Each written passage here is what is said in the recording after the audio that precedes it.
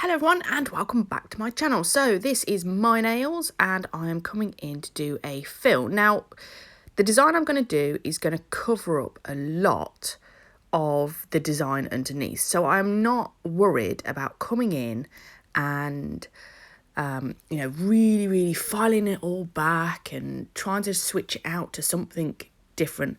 I'm not going to. All I'm going to do for this first part is literally infill the growth, and I'm just going to use clear.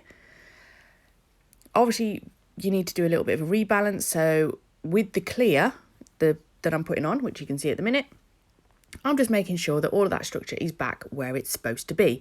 So all I've done is file back to make a nice neat round the cuticle, so where it's grown out. Pulled off any excess there where the apex is in the wrong place, ready to move it back. Now with this pinky, it got a little bit thin, so I've just come in with another bead just to kind of get the shape a bit right, and then I ended up putting a bit too much on, but that's fine because I can file it off, so it doesn't matter. It's all good. I didn't fully know what I was going to do with this design.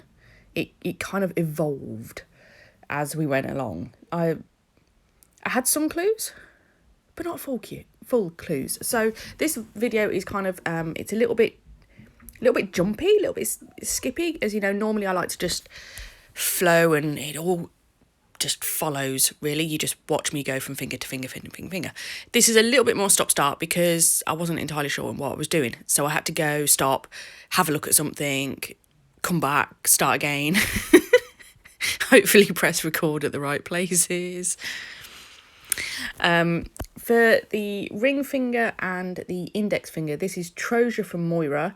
I am leaving these fingers as troja, so I've come in with just a small bead of clear there. I'm now going to come in with the troja just to colour in that section, and I also end up dragging a little bit more over as there was a bit of a colour shift as I filed it back. I just wasn't particularly happy, so I'm going to come in and just make sure that it is all the same colour, and then I will cap over the top of that just to then seal that in, because obviously it's not a strength powder, so it needs to be capped.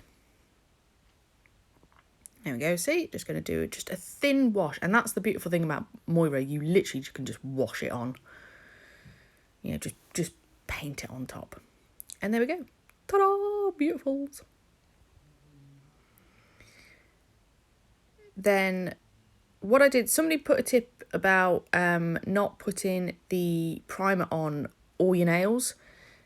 So what I did, I primered 2 of my nails, did them, and then I'm going to come in and I'm just primering the next 2.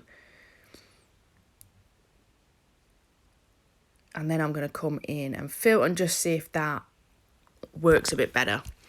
I'm still kind of the opinion here, because I have somebody else put a comment about Facebook groups have all been commenting about lifting and is it the sanitizers as well. So I do think some of it is to do with that. I'm now not in the office as much because obviously things have changed again. And I certainly found with this set, it was only my thumb that I had problems with. And actually, by the time I came to file back to do the infill on my thumb, on my other hand, the whole nail just came off completely. And it didn't even, it didn't rip off. It wasn't it was just hanging on by a thread, I think. And that was it. The minute I started filing it, it was like, nope, that's it. I'm gone. I'm out of here. I don't really care, to be honest, because this set, I've got a week off work, so this set's going to be soaked off and I'm going to do something completely different. Anywho, so I'm coming in with, this is a Yuki gel polish. I love these. They're as cheap as chips, like £1.50 or something from eBay, and they've been fantastic, actually. I can't, no, they're not the best quality, but do you know what, for £1.50 they ain't bad.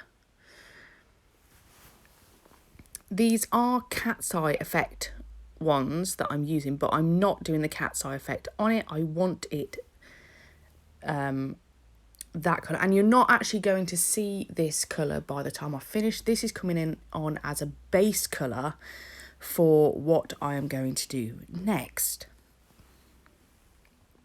I know you're eagerly anticipating what's coming, aren't you? These are a 30-second cure in an LED lamp. So once I'm happy with them, then I'll go and pop them in the lamp, give them a cure. Then what I will do on these ones is because I find a lot of gel polishes, the tacky layer is not that tacky. Yes, it's tacky, but it's not really tacky, and I needed a really tacky layer for what I'm doing next. So I do come in with some base coat onto the pinky finger and the thumb, and then I'm going to sprinkle over. This is called Indulgence, and it is from Glitterstella, and oh my god, it's beautiful. Whether you want to use it to sugar it, whether you want to encapsulate it, or in this case, I'm going to rub it in, which is why I needed the tacky layer. And I can't remember what this process is called. It's just... I can't remember. Nope. Anyway, it gives a glorious effect. You know, it's different to a chrome because you've still got like it's not lumpy bumpy, it is smooth, but it gives a really beautiful texture. On this middle finger, I am going to chrome this. So I've come in with a layer of top coat, cured it in the lamp, it's fresh out the lamp, going in and rubbing in this kind of bronzy chrome. I got it from eBay, God knows how long ago. And then what I'll do is I'll do 2 coats of top coat over the chrome, and I did the same on the pinky finger as well. I've come in and top coated that, so you can see that's all nice and shiny. And I have done the same on the thumb. So first layer of top coat, whack it in the lamp, 15 seconds, put the second layer on, give it a full cure. Okay, so now we're on to these other 2 fingers. So for the ring finger, I'm coming in with this beautiful Crystalina webbing netting, and it comes from Smilies Glitterstore. There you go, I've just put some glue on the nail. I'm going to hold that down, wait for it to set, and then just cut it off. See?